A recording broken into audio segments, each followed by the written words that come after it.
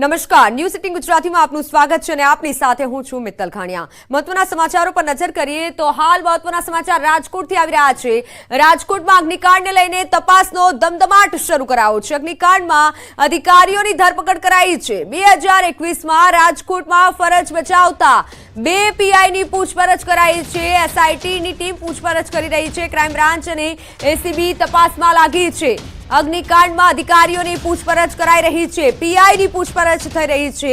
2021માં રાજકોટમાં ફરજ બજાવનાર 2 પીઆઈની પૂછપરછ થઈ રહી છે કે આખરે 2021માં મંજૂરી આપી કોણે? પીઆઈનું નામ જે સામે આવ્યું છે તે પીઆઈની પૂછપરછ કરવામાં આવી રહી છે।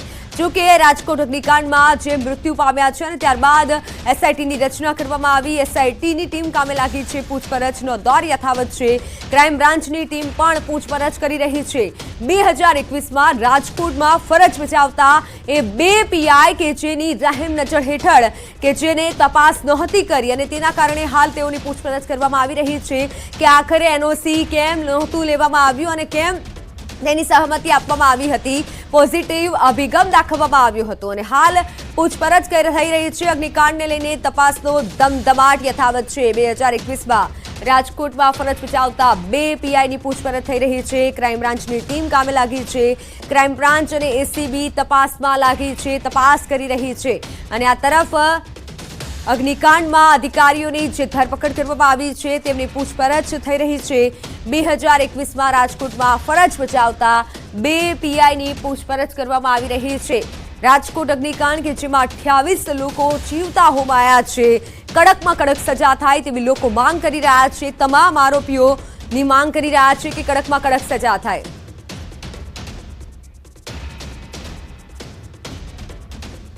તમારી સાથે રાજકોટથી સંવાદદાતા અંકિત જોડાઈ ચૂક્યા છે। અંકિત, 2 પીઆઈની પૂછપરછ કરવામાં આવી રહી છે, આગળ કેવો તપાસનો ધમધમાટ રહેશે?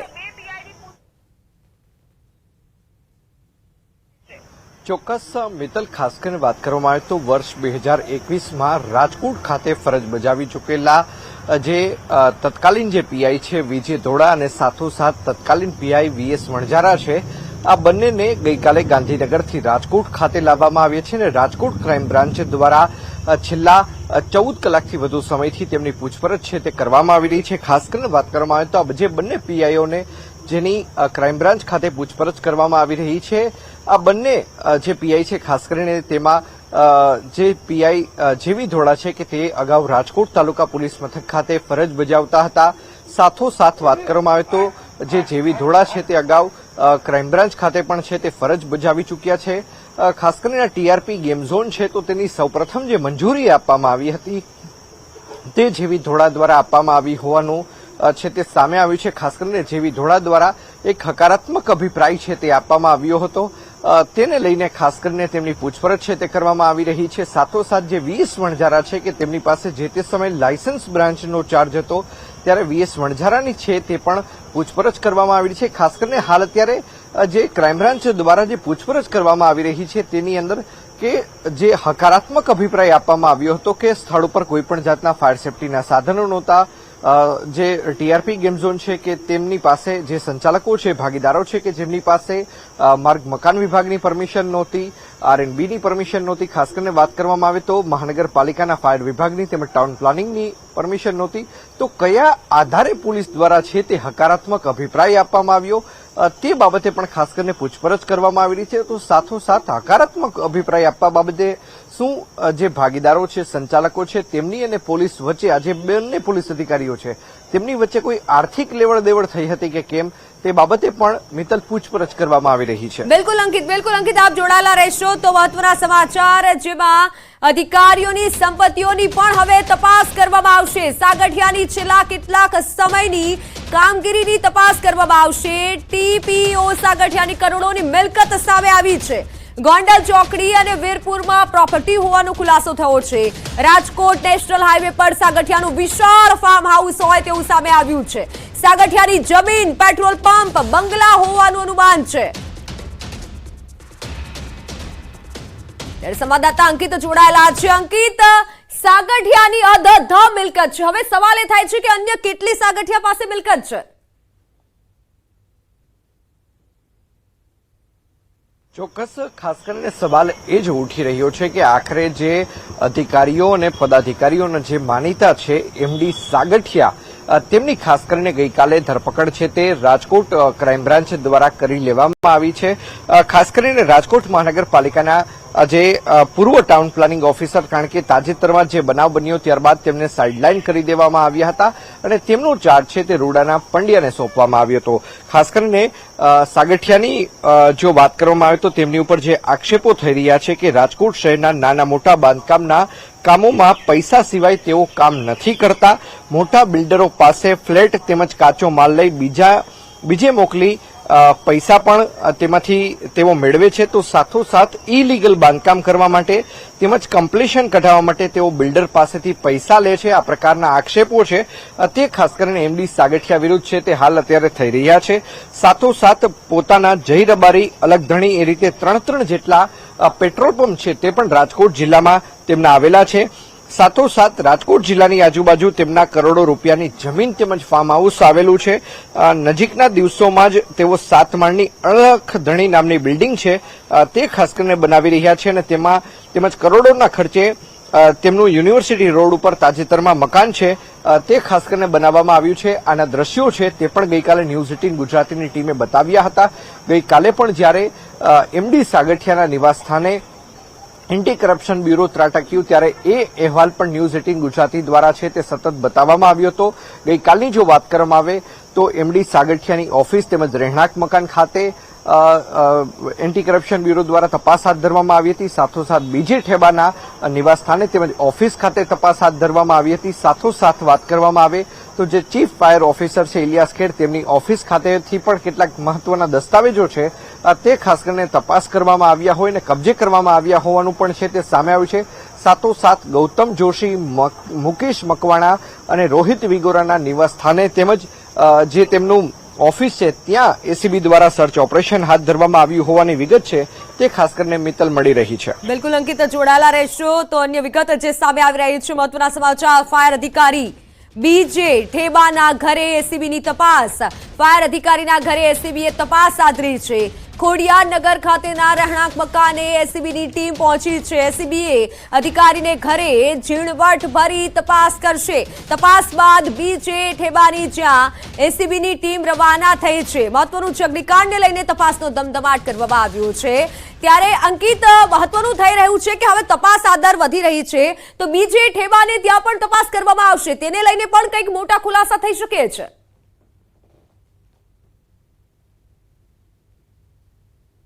મિત્તલ, ખાસ કરીને વાત કરવામાં આવે તો બીજી ઠેબા એટલે કે તેઓ રાજકોટ મહાનગરપાલિકાના ફાયર વિભાગમાં ડેપ્યુટી ચીફ ફાયર ઓફિસર તરીકે ડેપ્યુટી ફાયર ઓફિસર તરીકે માફ કરજો ડેપ્યુટી ફાયર ઓફિસર તરીકે તેઓ ફરજ બજાવે છે. ખાસ કરીને જે રાજકોટ શહેર પોલીસ કમિશનર દ્વારા સ્પેશિયલ ઇન્વેસ્ટિગેશન ટીમની રચના કરવામાં આવી. આ સ્પેશિયલ ઇન્વેસ્ટિગેશનની ટીમે કેટલાક મહત્વના દસ્તાવેજો છે તે કબજે કર્યા છે. તેની અંદર ખાસ કરીને સામે આવ્યું છે કે ગત 2023માં જે ટીઆરપી ગેમ ઝોન છે કે ત્યાં અગ્નિકાંડ સર્જાયો હતો. ચોક્કસ તેમાં જાનહાનિ નહોતી થઈ, પરંતુ ત્યાં અગ્નિકાંડ સર્જાયો હતો અને તેના જ કારણે જે રોહિત વિગોરા કે જે હાલ સસ્પેન્ડેડ ફાયર ઓફિસર છે, સ્ટેશન ઓફિસર છે, તેમની પણ ભૂમિકા સામે આવી છે. રોહિત વિગોરા તે જગ્યાએ ગયા હતા, આગ બુઝાવી હતી. જોકે ત્યારબાદ પણ ત્યાં અગ્નિશામકના સાધનો છે કે કેમ, સાથોસાથ ટીઆરપી ગેમ ઝોન દ્વારા ફાયર એનઓસી મેળવવામાં આવી છે કે કેમ તે સહિતની બાબતો અંગે તપાસ કરવામાં નહોતી આવી.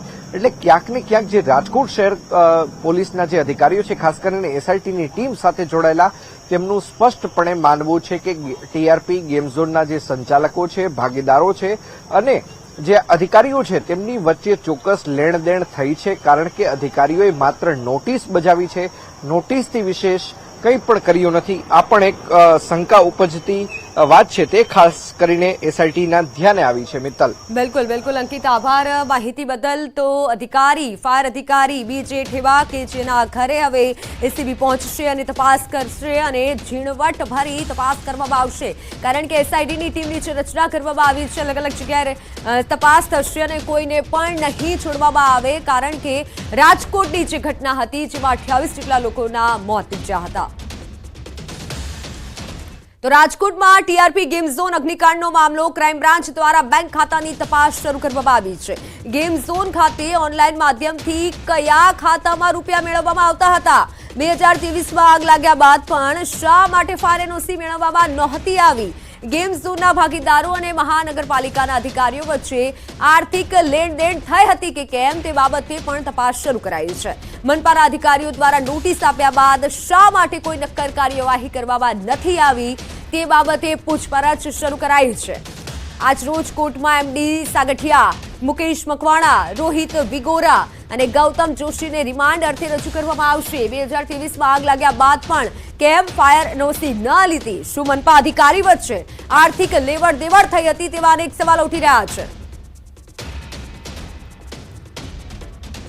તો રાજકોટ ગેમ ઝોનનો વધુ એક વિડીયો સામે આવ્યો છે. આગની દુર્ઘટના અગાઉનો ઘટનાક્રમ વિડીયો નજરે પડ્યો છે. ગેમ ઝોનમાં ચાલી રહ્યું હતું વેલ્ડિંગની કામગીરી, એટલે તે સમયે પણ વેલ્ડિંગની જ કામગીરી ચાલી રહી હતી. 3 લોકો વેલ્ડિંગની કામગીરી કરી રહ્યા છે. વેલ્ડિંગ નજીક ટાયરોનો જથ્થો પણ પડ્યો છે. ફોર્મની શીટોનો જથ્થો પણ વિડીયોમાં જોવા મળી રહ્યો છે કે પડ્યો હોય. આ તમે જ જોઈ શકો છો. અગાઉ જે પ્રમાણે એક આગ લાગી હતી ત્યારે પણ નહોતા સુધર્યા અને જે આગ લાગી હતી તેનો વિડીયો અત્યારે નજરે પડ્યો છે. તે સમયે પણ વેલ્ડિંગનું કામ ચાલુ હતું. ટાયરો જોવા મળી રહ્યા છે. આગની દુર્ઘટના અગાઉનો જે વિડીયો સામે આવ્યો છે તે પણ તમે જોઈ શકો છો. ગેમ ઝોનમાં વેલ્ડિંગની કામગીરી ચાલી રહી હતી અને આ વિડીયોને જોઈને પણ હવે અનેક સવાલો ઉઠી રહ્યા છે કે જો તે સમયે તકેદારી રાખવામાં આવી હોત તો આ મોટી દુર્ઘટના ના સર્જાત.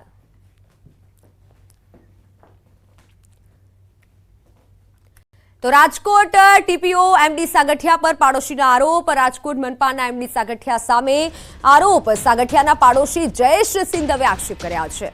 100 વારના મકાનમાં 5 માળ બાંધી દીધાનો આરોપ કર્યો છે. સિનિયર સિટીઝનો ત્રાસ આપ્યાનો પણ આરોપ કર્યો છે. મકાન બાંધવાની જગ્યાએ બંગલો બનાવી દીધો.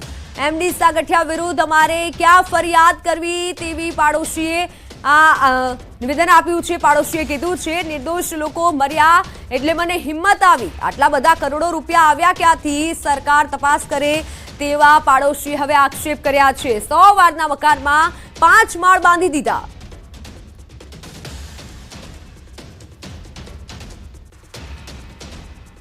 સાગઠિયાના પાડોશીના ગંભીર આક્ષેપ. સિનિયર સિટીઝનોને સાગઠિયા ત્રાસ આપે છે તેવા આક્ષેપ કર્યા છે અને 100 વારના મકાનમાં 5 માળ બાંધી દીધા હોય તેવા આક્ષેપ કર્યા છે.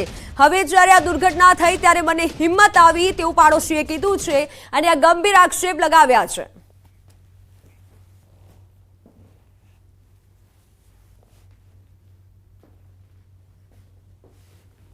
ત્રાસ એટલે એક જ દિવાલે બાંધકામ ચાલતું હોય તો તમે વિચાર કરી લ્યો શું હોય. કારણ કે મારું મકાન રોડ ઉપરનું મોઢું હતું અને એને જે મકાન લીધો ને એ બાજુનું હતું. એને એમ હતું કે આ લોકોને દબાવીને પડાવી લેશું, પણ અમે જાગ ઝીલી છે. ક્યાં ફરિયાદ કરવી સાહેબ? ક્યાં ફરિયાદ કરવી? કોને ફરિયાદ કરવી? આજે એટલા માટે હિંમત આવી કે આ 42 જણા નિર્દોષ મરી ગયા ને, તો આના કરતા આપણે પણ આમાં હોમાઈ ગયા હોત ને સારું હતું. આ આટલો ભ્રષ્ટાચાર ચાલે. સાગઠિયા પર પાડોશીએ ગંભીર આક્ષેપ કર્યા છે કે સિનિયર સિટીઝનને સાગઠિયા ત્રાસ આપતા હતા અને સાથે 100 વારનું મકાન હતું અને તેમાં 5 માળ ઊભા કરી દીધા તેવા ગંભીર આક્ષેપ લગાવ્યા હતા અને એવું પણ કીધું છે કે કોને અમે ફરિયાદ કરીએ? હાલ જે દુર્ઘટના બની છે તે લઈ અને હિંમત આવી અને હવે ફરિયાદ કરીએ છીએ. નજર અન્ય સમાચારો પર. તો ખેડાના સાયલામાં સામાજિક તત્વો બેફામ બન્યા છે. નશાની હાલતમાં પોલીસ સામે બેફામ વાણીવિલાસ કરતા પીએસઆઈ સહિત પોલીસ અધિકારીઓએ કાર રોકાવી નીચે ઉતરવા કહેવામાં આવ્યું હતું. કાર રોક્યા બાદ પણ શખ્સ બહાર ન નીકળ્યો. વડોદરીના મફા ભરવાડે તારાપુર ખેડા રોડ પર ડાયવર્ઝન હોય પોલીસ સાથે તકરાર કરી બબાલ કરી હતી. ત્યારબાદ સાયલા પાટિયા પાસે પીએસઆઈ પર ગાડી ચડાવી તારાપુર તરફ આરોપી ભાગ્યો હતો. પોલીસ દ્વારા ગાડીનો પીછો કરતા ગાડી વાલોત્રી ગામના ખેતરમાં ઉતારી દીધી હતી અને ત્યાં પોલીસે બફા ભરવાડ સહિત અન્ય એક વ્યક્તિને પકડી પાડ્યો હતો. પરંતુ આરોપીએ 10 માણસોની લાકડીઓ લઈ બોલાવતા પોલીસ પર હુમલો કર્યો હતો, જેમાં પોલીસ કર્મચારીઓને હાથ અને પગમાં લાકડીઓ મારવામાં આવી હતી.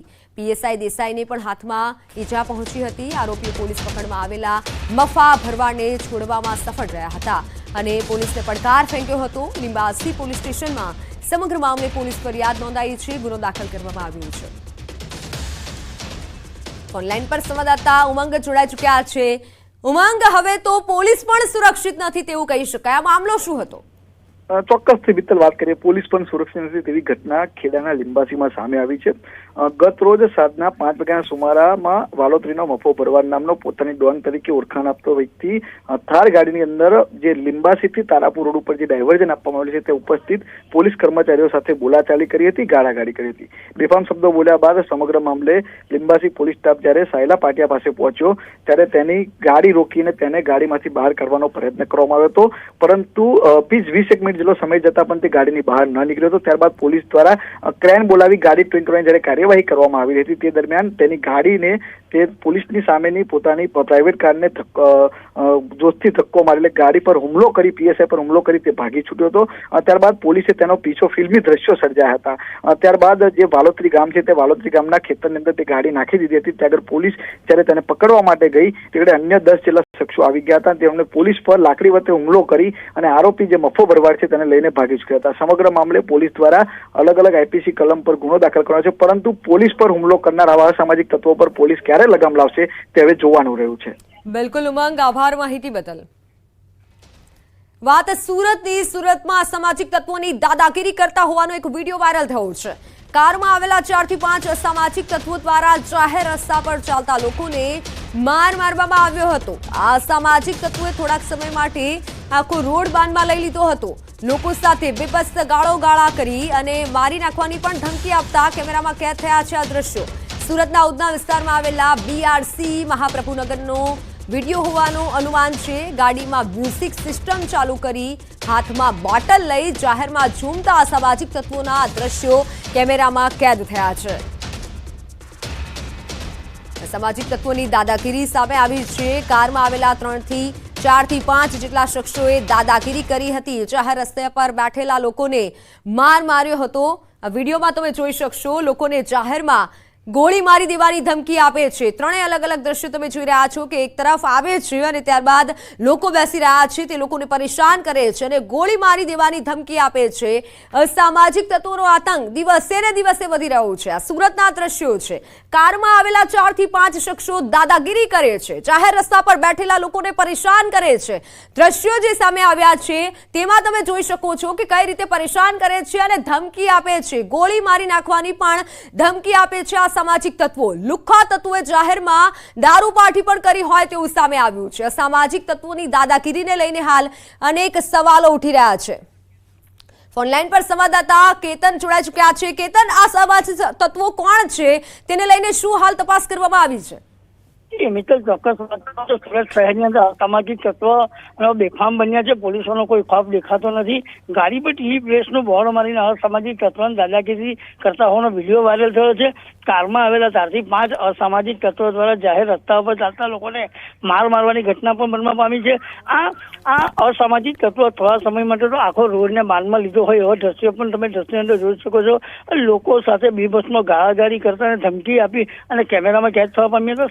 સુરતના ઉધના વિસ્તારમાં બીઆરસી પ્રભુનગર પાસે આ ઘટના બનવા પામી હતી અને ગાડીમાં મ્યુઝિક સિસ્ટમ જોરશોરથી ચાલુ રાખી હાથમાં બોટલો લઈ અને ઝૂમતા વિડીયોમાં પણ કેમેરામાં પણ કેદ થવા માંડ્યા. પરંતુ હાલ હકીકત એ છે કે હવે આ અસામાજિક તત્વો ઉપર પોલીસ કઈ રીતની કાર્યવાહી કરે છે કે ક્યારે એમની ધરપકડ કરી અને કઈ દિશાઓમાં તપાસ કરશે એ હવે જોવું રહ્યું છે. બિલકુલ કેતન, આભાર માહિતી બદલ. તો પોલીસ પણ જોઈ લે આ દ્રશ્યો. આ સામાજિક તત્વો લોકોને હેરાન પરેશાન કરી રહ્યા છે. સામાજિક વિરુદ્ધ કડક કાર્યવાહી થવી જોઈએ અને જેના કારણે બીજા કોઈને પરેશાન ન કરે. આ બંને તસવીરો આપને બતાવી રહ્યા છે કે જ્યાં અસામાજિક તત્વોનો આતંક વધ્યો છે. એક તરફ ખેડાના દ્રશ્યો કે જ્યાં પોલીસને જ પરેશાન કરવામાં આવી, જે પોલીસ રક્ષણ કરે છે તે જ પોલીસને માર મારવામાં આવ્યો, બોલાચાલી કરવામાં આવી. અને બીજી તરફ સુરતના ઉધનાના દ્રશ્યો કે જ્યાં અસામાજિક તત્વો બેફામ બન્યા છે અને સામાન્ય લોકોને આવા તત્વો રાત્રિના સમયે હેરાન પરેશાન કરે છે. ગાડીમાં ફૂલ મ્યુઝિક ચાલુ કરી અને આ રીતે ગોળી મારી દેવાની ધમકી આ અસામાજિક તત્વો આપે છે.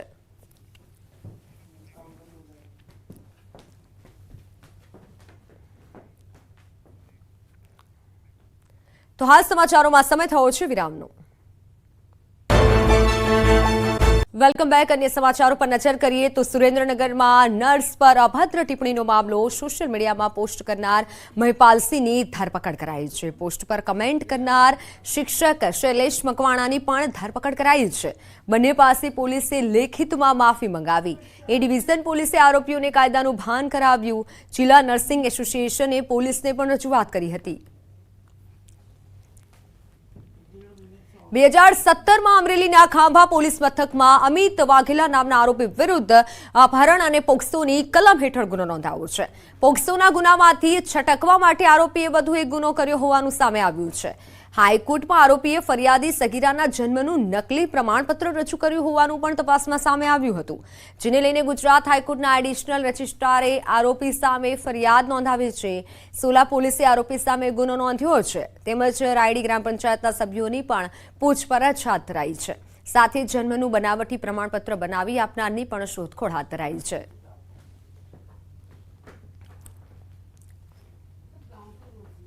રાયડી ગ્રામ પંચાયત નો જન્મનું પ્રમાણપત્ર રજૂ કરેલ છે. તપાસ દરમિયાન આ અંગે બનાવટી દાખલા અંગેની તપાસ કરવામાં આવશે અને આમાં બીજા કોઈની સંડોવણી છે કે કેમ એ દિશામાં પણ તપાસ કરવામાં આવશે. સુરત શહેરમાં છેલ્લા ઘણા સમયથી ગેરકાયદે ગેસ રિફિલિંગના કૌભાંડનો પોલીસે પર્દાફાશ કર્યો છે. આરોપીની ધરપકડ કરી લીધી છે અને સુરતના અડાજણ વિસ્તારમાં ચાલતા ગેરકાયદે ગેસ રિફિલિંગના કૌભાંડને ઝડપી પાડવામાં પોલીસને સફળતા મળી છે. અત્યારે છેલ્લા એક જ મહિનાથી આ ધંધો કરતો હતો અને પોલીસે એની બીજી બાતમી આધારે એની પૂછપરછ ચાલુ છે અને પૂછપરછમાં કંઈક વિશેષ માહિતી મળશે તો જાણ કરવામાં આવશે. તો સમાચારોમાં હાલ બસ આટલું જ. આપ જોતા રહો ન્યૂઝ 18 ગુજરાતી. નમસ્કાર.